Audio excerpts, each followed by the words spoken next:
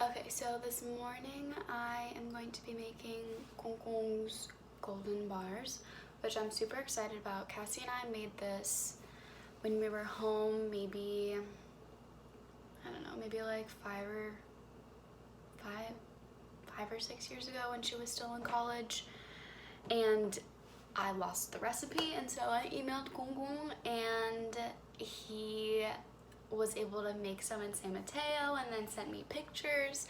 So I'm gonna try my best to do this. I was able to get these tofu slices.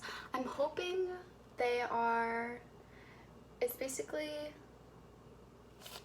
like soybean sheets. Right here it says like all that you can do it. Obviously, like, you can fry it and stuff like that, but these are fresh, so they're not frozen. They're from the refrigerated section. So I know Kung had mentioned that he puts his frozen sheets in a pot or a bowl of boiling hot water and baking soda. So I'm not sure if I have to do that with this, maybe just for fun, but hopefully I got the right thing, Kung.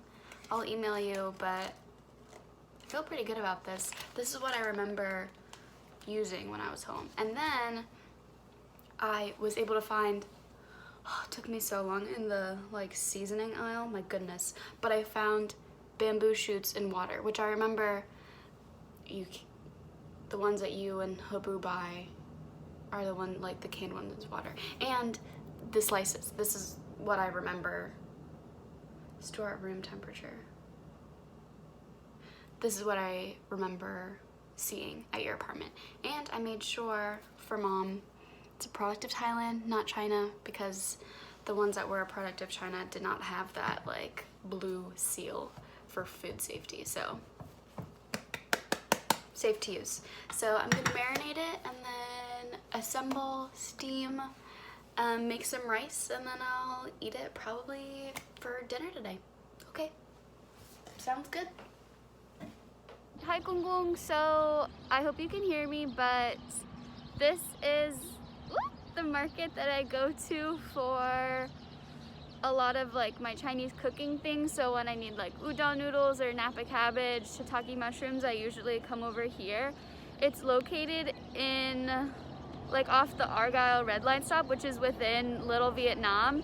I used to go here a lot when I lived at Loyola. There was another place about a block up north closer to Loyola that I used to go to, but now that I have a car and I'm driving around, the parking lot is so full, so it's not as convenient for me to go there anymore. So I'll typically stop here first, and then I might walk over to the other Chinese market to get all my other stuff. So the Japanese market that I go to also is more west of where I live, about 3 miles, whereas this place is 2 miles away from where I live. So it could be like a nice walk.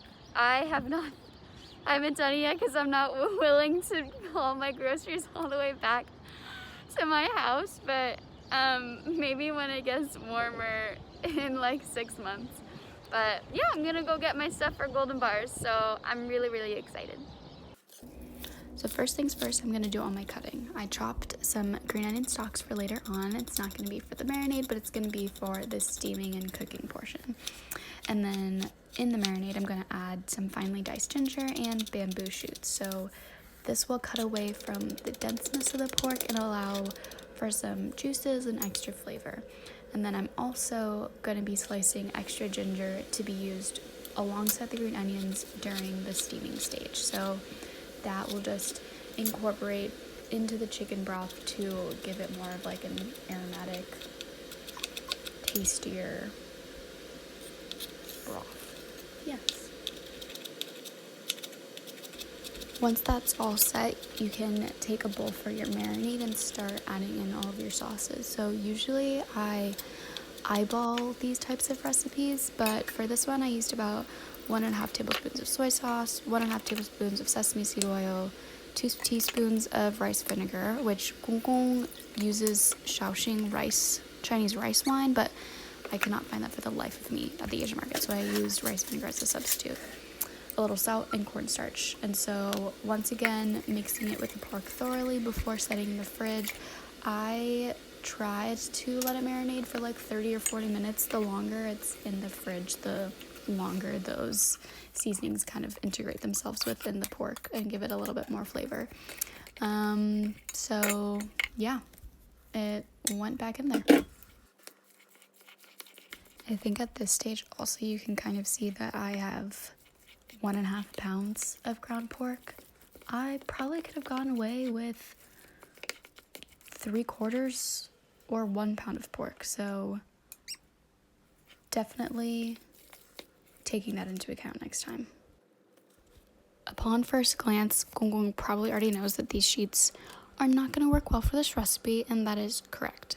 If you can see, they're a lot thicker and stiffer than the soya sheets that Gonggong uses, and so as I moved on to this filling and rolling stage, you can already see that I'm having difficulty because I can't tightly roll my bars into like little egg rolls. So basically I made rectangles of tofu and pork. So, oh well.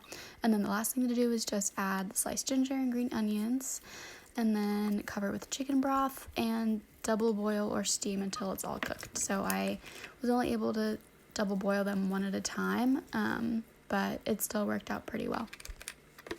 Okay, as for a taste test, I will be up front.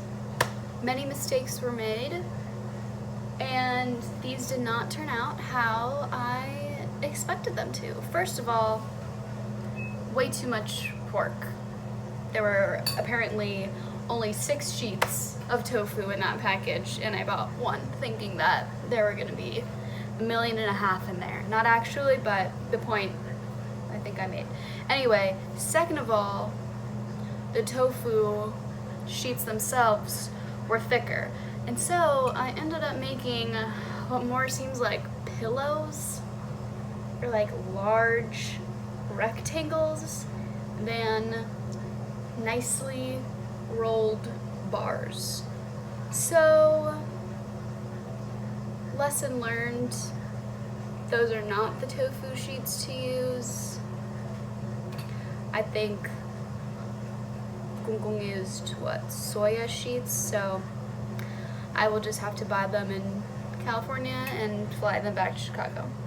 Anyway, the chicken broth and the rice is really good. Underrated, but I'm gonna try this.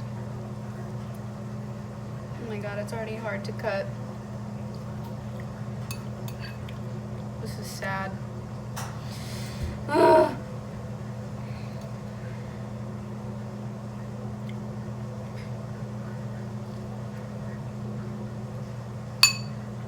Okay, well the tofu is good.